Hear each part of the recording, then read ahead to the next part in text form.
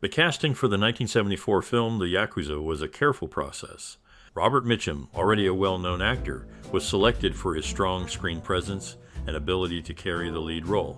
For the part of Eiko, Japanese actress Keiko Kishi was chosen for her experience and acting skill. Ken Takakura, who played the role of Ken Tanaka, was cast for his status as a popular actor in Japan, known for his tough guy roles.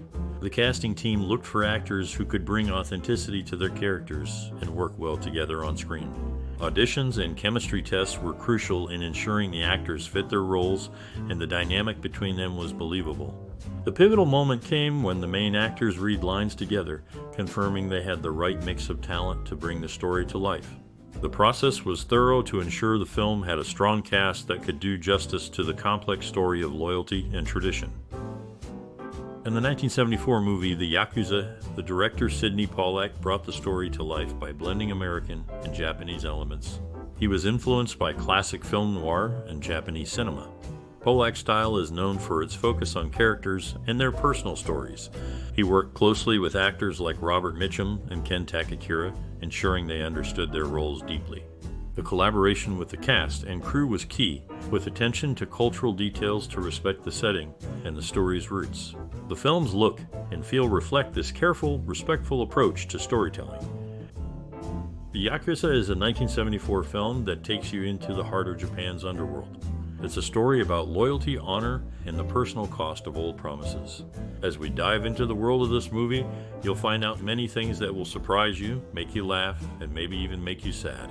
Now, I don't have personal experiences or memories, but I've learned that movies like The Yakuza can leave a strong impression.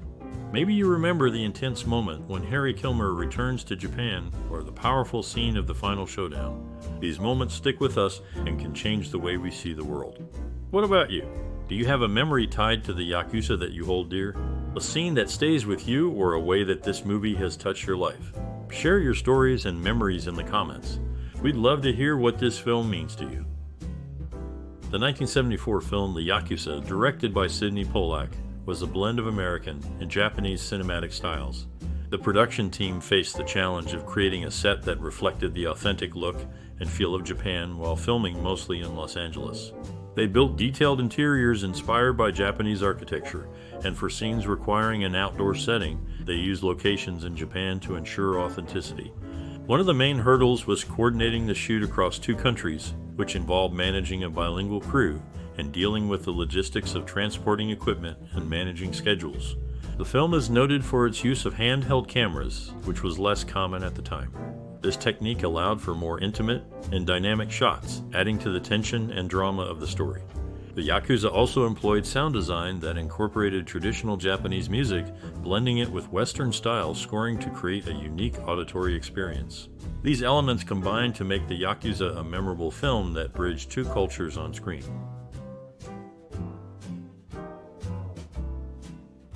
The Yakuza, a film that takes us back to Tokyo of the 1970s, offers a unique glimpse into the city as it was 40 years ago. The Japanese actors deliver outstanding performances, bringing authenticity to the screen, while the American actors, despite their efforts, do not blend in as seamlessly. The film's script is minimal and at times comes across as humorous. The direction by Sidney Pollack, although challenged by language barriers, presents a visually stunning Tokyo with clear and unhurried shots of hiragana and katakana symbols, making it a treat for those practicing their Japanese reading skills. Robert Mitchum's portrayal of Harry Kilmer, a World War II veteran who finds himself returning to Japan after 20 years to rescue a friend's daughter from the clutches of the Yakuza, is both powerful and nuanced.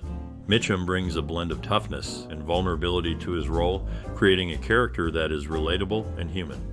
Ken Takakura's portrayal of Ken Tanaka is precise and stoic, providing a perfect counterbalance to Mitchum's Kilmer. The dynamic between Mitchum and Takakura is a standout aspect of the film, showcasing their strong on-screen chemistry. Overall, The Yakuza stands out as a film that deserves recognition for its portrayal of an engaging story set against the backdrop of Japan's underworld. It is a testament to the talents of both Mitchum and Pollack, and remains a significant piece of cinema that should be appreciated by those who enjoy a good story well told. The movie is a must-watch for its compelling narrative and the remarkable performances of its cast. The film score for the Yakuza, created in 1974, was a key element in shaping the movie's atmosphere. The music closely followed the story's progression, enhancing the emotional depth of the scenes. Composers and musicians worked together to craft sounds that would support the film's setting and characters. They used traditional Japanese instruments to honor the cultural background, blending them with Western styles to reflect the clash of values and traditions depicted in the movie. This fusion of musical elements helped to set the tone and mood, guiding the audience through the narrative's twists and turns. The score served as an unseen narrator, adding layers to the story and enriching the viewing experience. In the world of acting, connections and roles often intertwine. Brian Keith, known for his role in Family Affair, shared the screen with Kathy Garver, not only in an episode of Crusader, but also years later in Spider-Man, the animated series. Meanwhile, Richard Jordan, whose acting career was marked by a variety of roles, had to step down from playing Dr. Charles Nichols in The Fugitive due to illness.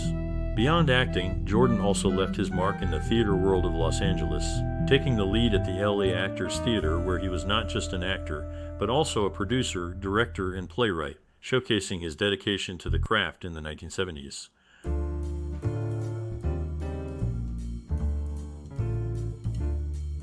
The 1974 movie The Yakuza, directed by Sidney Pollack, presents powerful scenes that stay with the viewer. The film's opening sequence sets the tone with its careful blend of traditional Japanese elements and the tension of the criminal underworld. The director uses silence effectively, allowing the actors' expressions and the setting to speak volumes. Robert Mitchum's performance as Harry Kilmer shows a man caught between two worlds, his face conveying deep emotions without the need for many words. The cinematography captures the beauty and danger of Japan, using light and shadow to create a mood that draws the audience into the story. One scene that stands out is the exchange between Kilmer and Tanaka, played by Ken Takakura. The camera work here is subtle, focusing on their faces to capture the respect and history between the characters. The actors deliver their lines with a restraint that hints at their shared past and the weight of their choices. The filmmakers and actors have shared that they aim to respect the cultural backdrop while telling a gripping story. They focused on authenticity, from the set design to the costumes, to immerse the audience in the world they created. The result is a film that not only entertains, but also offers a window into the complexities of loyalty and honor in the Yakuza culture. The Yakuza remains a memorable film for its thoughtful direction, strong performances, and striking visual storytelling. Herb Edelman began his acting career after studying at Brooklyn College, making his first professional appearance in 1961 with the touring company of the Three Penny Opera. In contrast, Robert Mitchum's experience on the set of Five Card Stud in 1968 was less dramatic, with the most notable event being a near-miss accident involving a falling camera. Sidney Pollack, directing during a time when American audiences were less inclined to read subtitles, faced the challenge of creating a film that could engage viewers without relying on translated dialogue. The 1974 film, The Yakuza, presented a unique view of Japanese gangster life that was new to many outside Japan.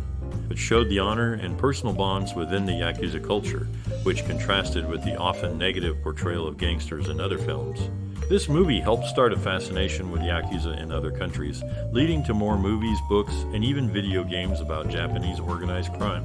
It also sparked conversations about loyalty, duty, and the clash of traditional values with modern life. The film's influence is seen in how it opened doors for more East-West collaborations in cinema, and how it brought Japanese culture to a wider audience. Robert Mitchum was not just an actor, but also a talented musician. His musical skills were showcased in several films where he sang, such as Rachel and The Stranger, River of No Return, and The Night of the Hunter. His love for music led him to record an album after being inspired by calypso artists in Tobago. The album, featuring his own compositions, included a hit song from the movie Thunder Road. Additionally, his name was referenced in a song by the Velvet Underground, highlighting his cultural influence. Filming conditions in Japan during that era were challenging, with studios often having just dirt floors, making them quite cold, as recalled by director Sidney Pollack. The 1974 movie, The Yakuza, received mixed reviews upon release. Critics praised the film's direction and performances, especially Robert Mitchum's lead role. However, some found the plot confusing. Audiences enjoyed the action scenes and the cultural exploration of Japan. The film did not receive major awards or nominations, but has since gained a following for its unique blend of genres and East meets West storytelling. This recognition provided a boost to the careers of those involved, affirming their skills in creating a cross-cultural narrative. It also influenced future films that explored similar themes. The Yakuza stands as an early example of Hollywood's interest in Japanese culture and remains appreciated for its bold narrative choices and strong character portrayals. Actors Robert Mitchum and Richard Jordan, who had worked together previously, reunited on screen, bringing a depth of character to their roles shaped by contrasting cultures. Director Sidney Pollack explored the deep-rooted sense of duty that guides individuals, a theme central to the narrative. This concept, known as jiri in Japanese culture, is an untaught yet deeply felt obligation that influences one's actions and decisions. Mitchum's portrayal of his character was noted for its smoothness, likened to moving effortlessly, which added a unique dimension to his performance.